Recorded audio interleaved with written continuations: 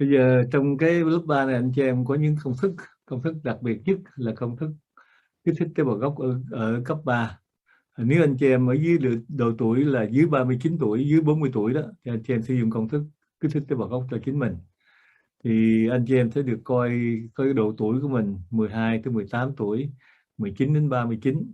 Thì tất cả các bạn trẻ đó từ cái độ tuổi đó thì vẫn kích thích tế bào gốc theo cái công thức hình giống như cũ, nhưng mà ở cái tần số của lớp 3 giúp cho anh chị em cải thiện vấn đề sức khỏe cũng như là nhiều vấn đề khác về tinh thần được hiệu quả hơn. Thì cái công thức này dành riêng cho tất cả các bạn đó, không phải là anh chị em đừng có lo, cứ nói là tại sao tôi không được thực hiện công thức trả lời thì thanh xuân nha. Công thức trả lời thì thanh xuân là công thức đặc biệt dành cho những cô bác anh chị em 40 tuổi trở lên. Thì nhưng mà có người cũng nói rằng tại sao mình không được kích đó, thì chú trả lời với anh chị em là tại vì cái độ tuổi thanh xuân của anh chị em vẫn còn. Anh chị em chỉ cần kích thích tế bào gốc hiệu quả đúng cách thì sức khỏe của anh chị em sẽ được duy trì bằng cái sức khỏe của một con người khỏe mạnh nhất. Và chính vì vậy anh chị em có một cái sự đề kháng rất là tốt và tránh đi những cái bệnh trạng mà có thể xảy đến với anh chị em. Anh chị em cố gắng thực hành cho đúng những công thức này. Thì cái phần thời gian, thời lượng và cách thức bước 1, bước 2, bước 3 đó thì anh chị em về anh chị em quan sát lại và anh chị em theo dõi, anh chị em thực hành cho đúng cách. Rồi bây giờ chúng ta bước vào cái công thức mà đặc biệt nhất cho những anh chị em cô bác từ 40 tuổi trở lên.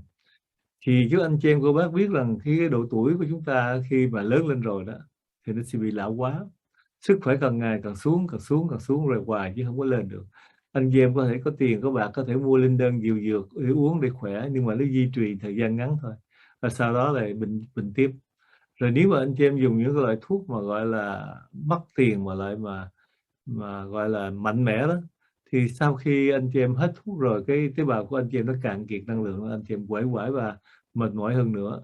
Nhưng đặc biệt trong cái kỹ thuật của NLG là khi anh chị em kích thích tế bào gốc bằng cái phần năng lượng não bộ của mình, thì cái phần năng lượng não bộ của anh chị em được đón nhận cái phần năng lượng ngoài không gian, bổ sung liên tục, bổ sung liên tục.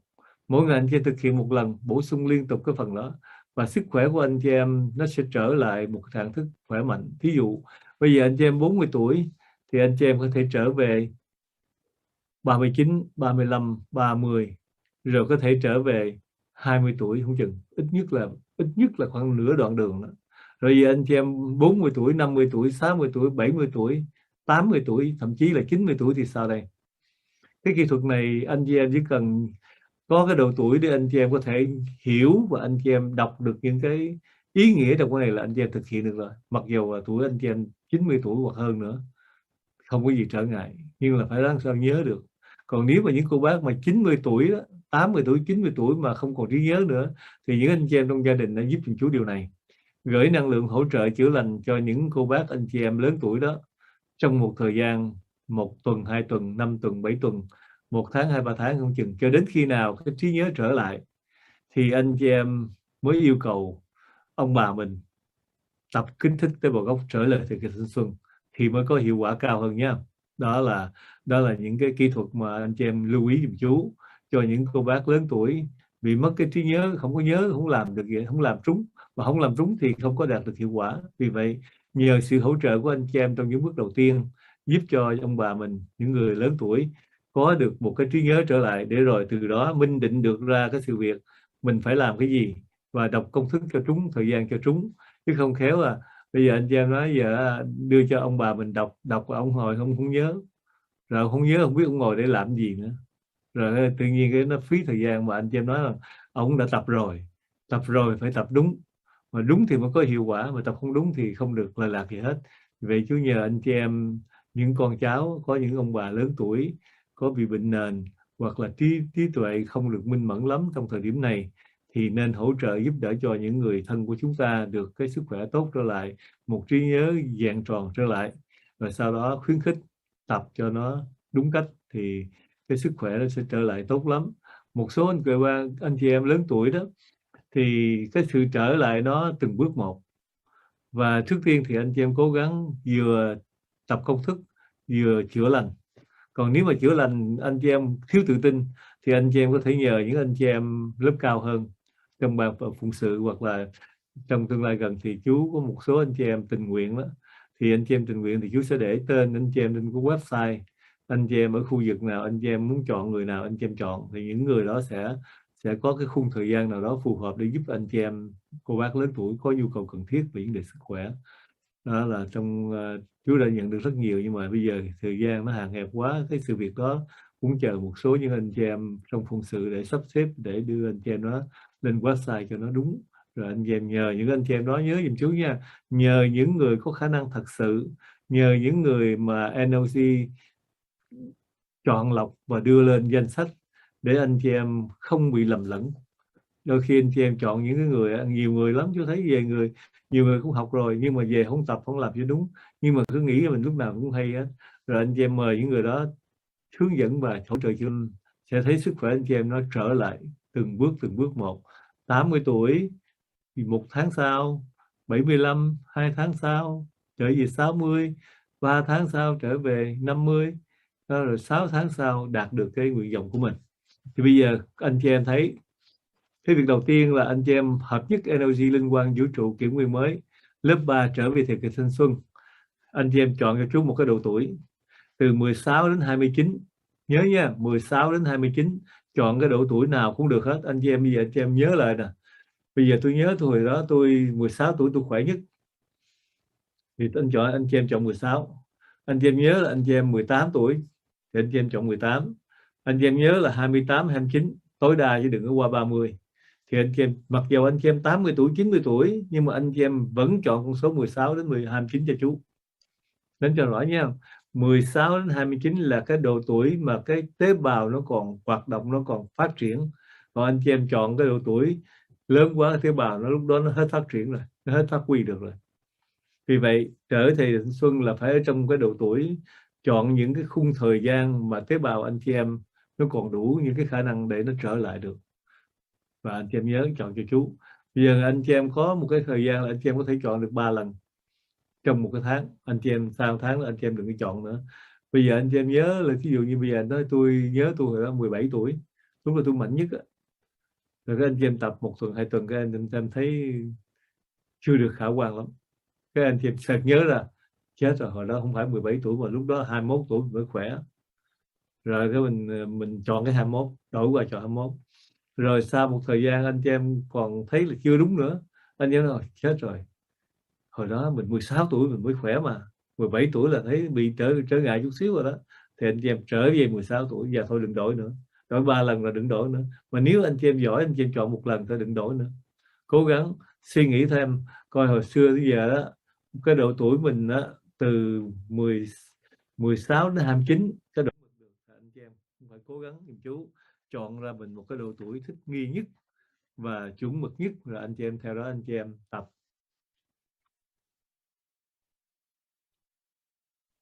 Nhớ nha, rồi đó là cái quan trọng đó.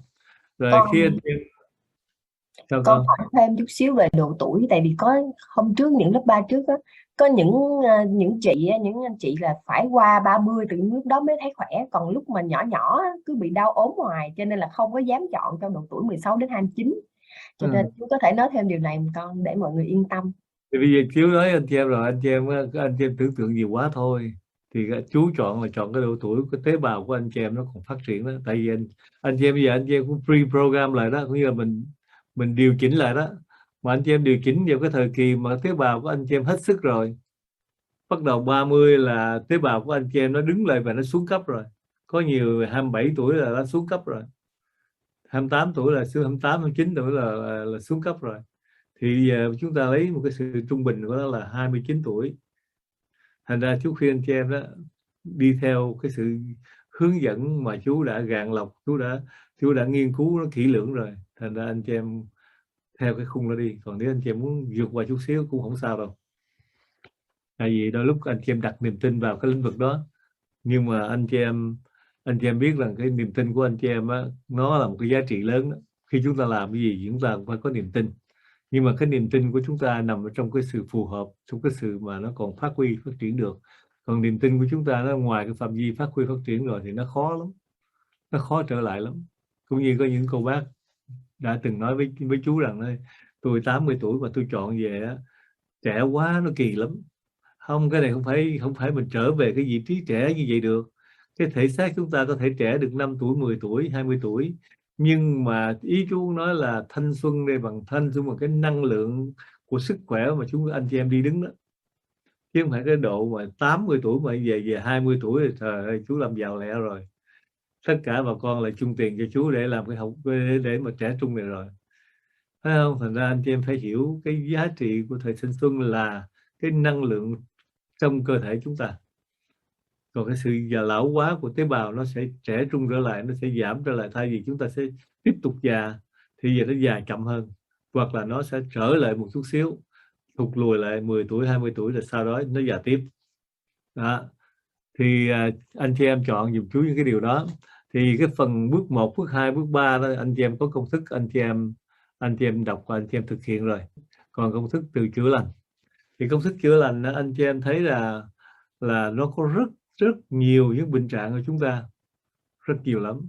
Nhưng mà chú trình bày với anh chị em một cách đơn giản nhất là chúng ta chỉ cần bổ sung năng lượng thôi, là tế bào gốc nó sẽ biết nó phải làm sao để nó cải thiện vấn đề sức khỏe của mình bằng một công thức mà chú đã chia sẻ với anh chị em đó. Anh chị em cứ việc theo công thức và anh chị em tự tin đi. Anh chị em có nhiều anh chị em chú thấy là có sợ hãi hoài hết, tôi học có mấy hôm mà làm sao mà tôi chữa bệnh được đó. Bây giờ anh chị em cứ sợ hoài, mà sợ thì không có giá trị gì hết, thì ra đừng sợ nữa. Mà anh chị em biết cái nguồn năng lượng mà anh chị em kết sống như kết sống wifi đó. Bây giờ chẳng hạn, bây giờ chú nói bây giờ anh chị em á, tập đi mà chưa kích hoạt thì anh chị em tập không biết chừng nào mới được. Cũng như bây giờ anh chị em cầm cái điện thoại, anh chị em nói bây giờ tôi muốn gọi điện thoại mà không có mà chưa có kết nối wifi thì anh chị em gọi suốt đời cũng không xong. Bây giờ anh chị em cầm cái máy điện thoại ra, anh chị em đến nhà mạng, anh chị em nói bây giờ tôi muốn 3G 4G 5G đây, tất nhiên là 3G 4G 5G đây, rồi hợp đồng chung tiền là anh chị em mở cái list là một giây thôi là anh chị em có sóng rồi, anh chị em tha hồ gọi. Nên bây giờ anh chị em có gọi không? Anh chị em thôi tôi cầm cái điện thoại tôi sợ quá, tôi không dám gọi ai hết, thì cũng như không. Anh chị em phải học cái kỹ thuật đó, anh chị em phải biết nắm bắt cái kỹ thuật đó, cái giá trị lời lạc đó, và anh chị em thực hành để mang được cái hiệu quả. Còn bây giờ anh chị em cứ sợ không à, chú thấy nhiều người sợ lắm, học lên lớp 3, lớp 4 vẫn sợ như thường. Thấy người ta học bác sĩ, học thầy thuốc rồi kia, học mấy chục năm mà làm chưa xong, còn giờ tôi học cái này mới có mấy hôm mà làm gì, cứ sợ.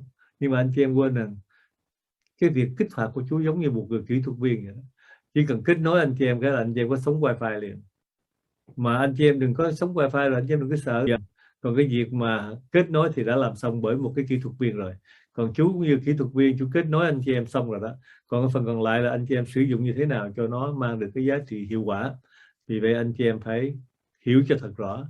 Khi anh chị em đặt tay truyền năng lượng cho người ta trực tiếp thì anh chị em phải nghĩ là đó là cái người thương của anh chị em, giống như cái người đó giống như là người anh, người em, người cha, người mẹ của mình vậy, một cái người thân nhất của mình vậy. Thì cái tình thương, cái nguồn năng lượng nó sẽ hỗ trợ với nhau, nó liên kết với nhau, nó đến những cái người thân thương của anh chị em mới hiệu quả. Còn anh chị em đặt tay, anh chị em truyền điện, anh chị em gửi năng lượng đến, anh chị em nghĩ tới chuyện mua sắm đồ ăn, nào là phiền muộn, nhưng là cái chuyện này chưa giải quyết được, chuyện kia chưa giải quyết được, thì cái hiệu quả anh chị em truyền năng lượng không có tác dụng gì hết. Thật ra anh chị em phải hiểu rõ kỹ thuật của energy là đạo đức và tình thương. Và đạo đức tình thương này không phải để chúng ta nói hoài, mà để chúng ta thực hiện. Khi anh chị em đặt tay, anh chị em hỗ trợ chữa lành cho người khác, thì anh chị em phải coi cái người đó như một cái người thân thương của mình nhất.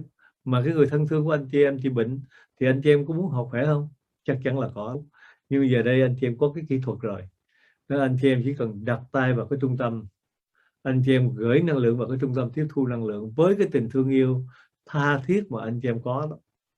Giống như anh chị em truyền năng lượng cho bất kỳ ai, anh chị em nghĩ cái đó là một người thân ruột thịt của anh chị em đó, thì cái phần năng lượng của anh chị em thu hút bao nhiêu gửi cho người đó bấy nhiêu, thì cái người đó mau hết bệnh, hết đau lắm. Còn anh chị em đặt tay đó, anh chị em nghĩ chuyện to là chuyện đi đâu đâu không, thì cái phần năng lượng nó bị phân tán ra hết mọi nơi, nó không có đi, không có tập trung vào một cái người mà bệnh, người nào đó, một người thân thương của anh chị em đó. Bởi vì có nhiều người học lớp 2 thôi, có cái niềm tin đó, có cái niềm tin, có cái độ tin tưởng, nên là tôi không còn biết gì hết, tôi chỉ thương người này thôi, tôi sẽ biết người này, mong người này hết bệnh hết đau thôi. Anh chị em tập trung hết vào cái lĩnh vực đó, cái người đó lấy đủ năng lượng, cái người đó hết bệnh cực kỳ nhanh luôn. Đó là một số anh chị em cho chú biết, đó là những người bị ung thư đó mà hết đó. Thì anh chị em hiểu là cái lớp 2 thôi đã như vậy rồi, còn lớp 3 nó còn tinh vi hơn nhiều nữa. Nhưng mà anh chị em có tự tin không, có vững chắc không, không còn có sợ gì nữa không, mà có dùng cái tình thương của mình để đến giúp người đó không, thì người đó sẽ hết bệnh hết đau. Đó là cái kỹ thuật của energy, là phải nắm vững cơ cấu, thực hiện bằng cái tình thương yêu, cái sự mong cầu mong muốn. Cái người gửi cũng mong muốn, cái người nhận cũng mong muốn. Cái người gửi là tôi muốn bạn hết bệnh, tôi gửi hết năng lượng cho bạn đây, tần số lớp 3 cho bạn đây, cho anh, cho chị, cô bác đây. Còn cái người bệnh cũng vậy, người bệnh cũng nói là tôi cũng muốn đón nhận cái phần năng lượng của chị hai, chị ba, chị tư, anh tư, anh năm, anh sáu, anh bảy này đây, cho để mau hết bệnh. Thì hai cái tư tưởng đó kết hợp với nhau, tạo ra cái lực hấp dẫn để thu hút năng lượng đủ cho tế bào nó phát huy và nó cải thiện sức khỏe một cách nhanh chóng. Thì anh chị em cố gắng ghi chú cái điều đó. Một số những anh chị em thành công là vì phẩm chất đạo đức chuẩn mực, là vì tình thương không ngại ngùng, muốn người đó hết bệnh và sẵn sàng bỏ thời gian để giúp cho người đó hết bệnh hết đau, với cái nguyện vọng, cái mong cầu là vượt qua những cái đau khổ, những cái bệnh tật, thì cái người đó sẽ được hết bệnh nhanh. Cái tình thương, cái đạo đức là cần phải anh chị em phải phối hợp với nó để làm một cái lực, để làm một cái sợi dây dẫn để tiếp thu năng lượng và dẫn cái năng lượng nó đến cho cái người bệnh, người đau hết bệnh hết đau. Còn anh chị em bệnh nhiều, bệnh đau cũng vậy, anh chị em phải cải thiện, anh chị em phải hướng về điều thiện lành, vì điều thiện lành nó có giá trị vô song cho hành trình tiến hóa của anh chị em cũng như cho tất cả nhân loại nói chung.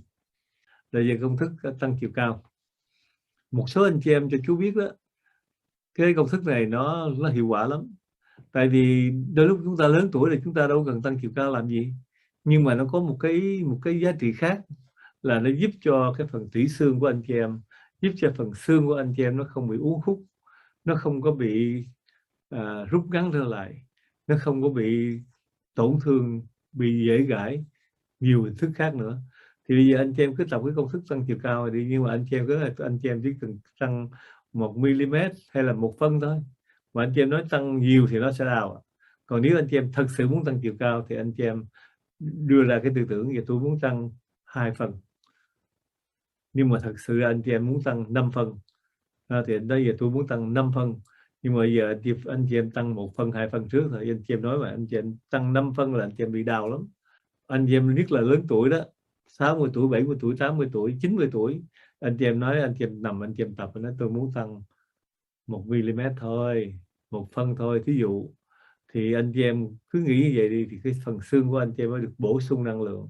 Cái tủy xương của anh chị em nó sẽ tạo cho anh chị em một cái năng lượng để phát huy ra những cái tế bào mới, đầy đủ năng lượng mạnh mẽ hơn để bảo vệ sức khỏe của anh chị em, nó tốt lắm. Bây giờ công thức làm đẹp nè, thì công thức làm đẹp thì nó có nhiều công thức làm đẹp lắm. Bây giờ anh chị em chọn cho anh chị em 3 yếu tố. Bây giờ anh chị em muốn cho da mặt, anh chị em muốn cho tàn nhang, anh chị em muốn cho lông mi lông mày dài đi ra, thí dụ đi, thì anh chị em chọn 3 cái điểm. Sau một thời gian anh chị em tập, cái điểm 1, điểm 2, điểm 3 này nó sẽ có sự biến chuyển khác nhau. Thí dụ bây giờ cái điểm thứ nhất nó được hoàn thiện rồi, nó được tốt như anh chị em muốn rồi, anh chị em ngừng.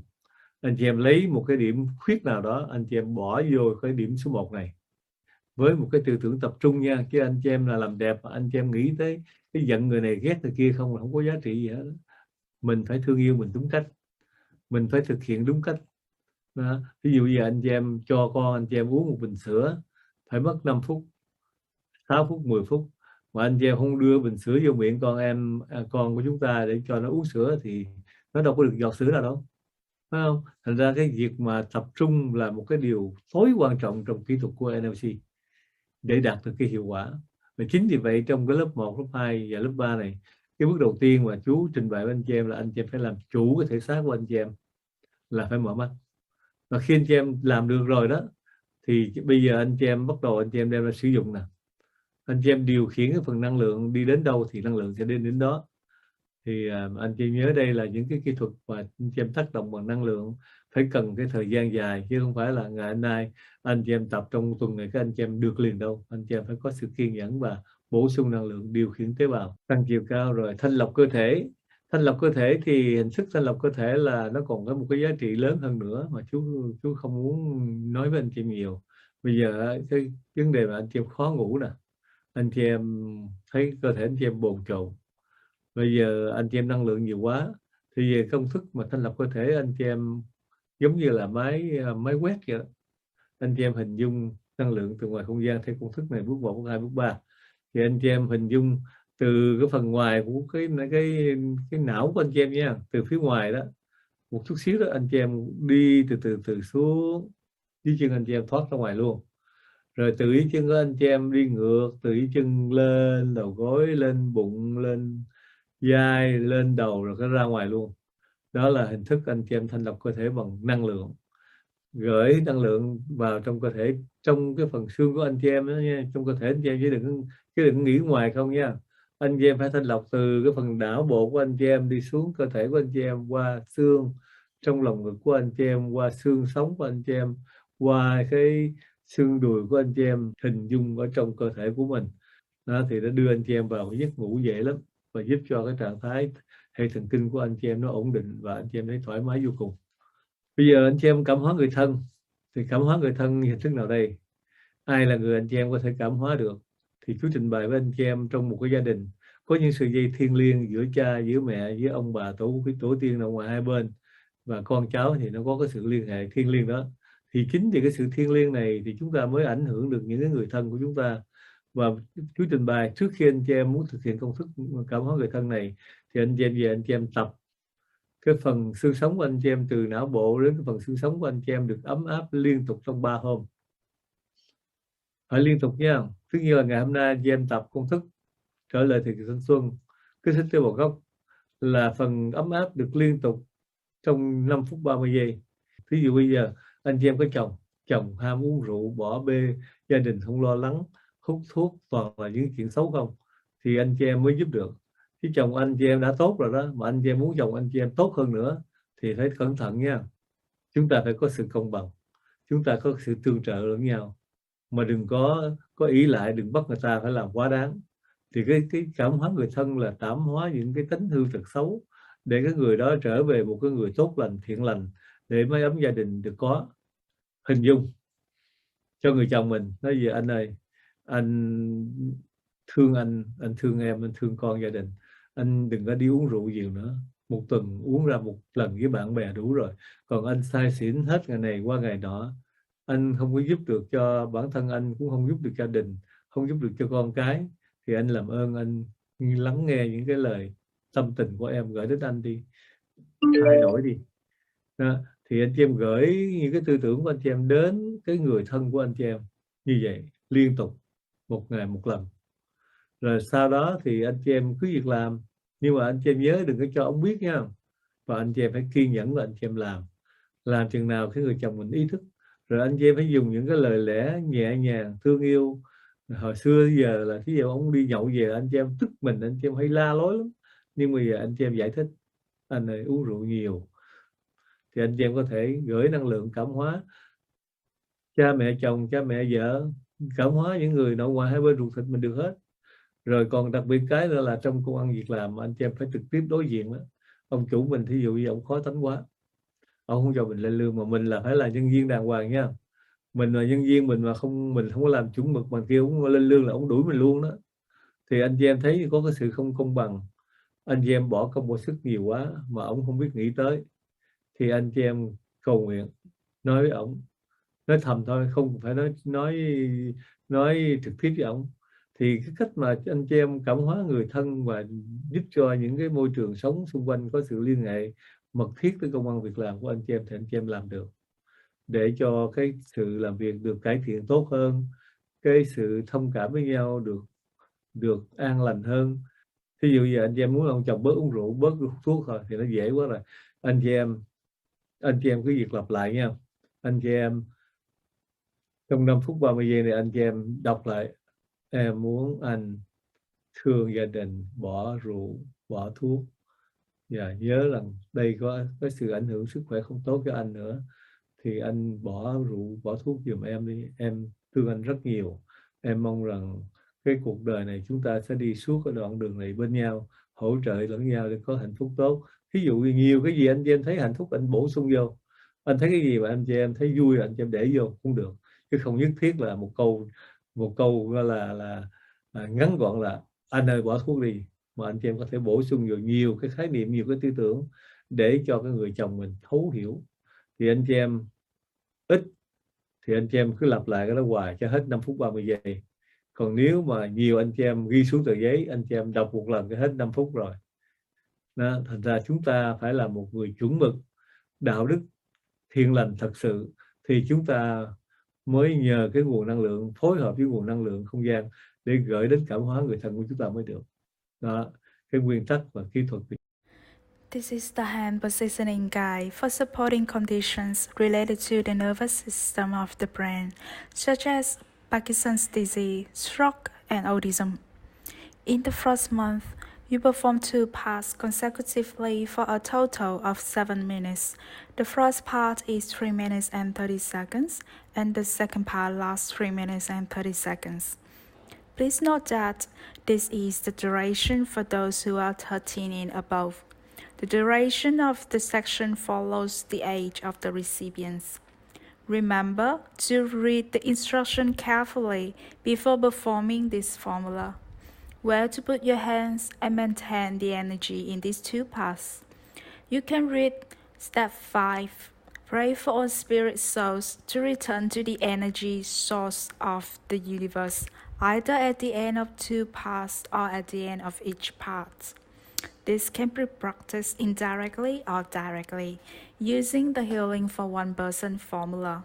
However, it will be more efficient if you can transmit the energy directly.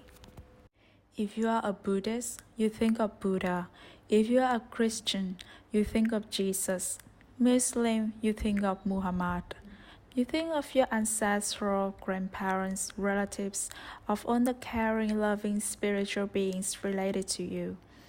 You pray that today is the day you fully recognize that you are imperfect, with mistakes that have burdened you, and you are spiritual beings to help you resolve all your afflictions, so that from now on you live in comfort and happiness, and not being constrained by all your previous vows and promises. You ask that energy be your witness. Now, if you want to do this, then do it. If not, then don't. You should do it for 3 days consecutively. You pray for your ancestral grandparents, relatives to return to the energy source of the universe. You will display 13 sunflowers.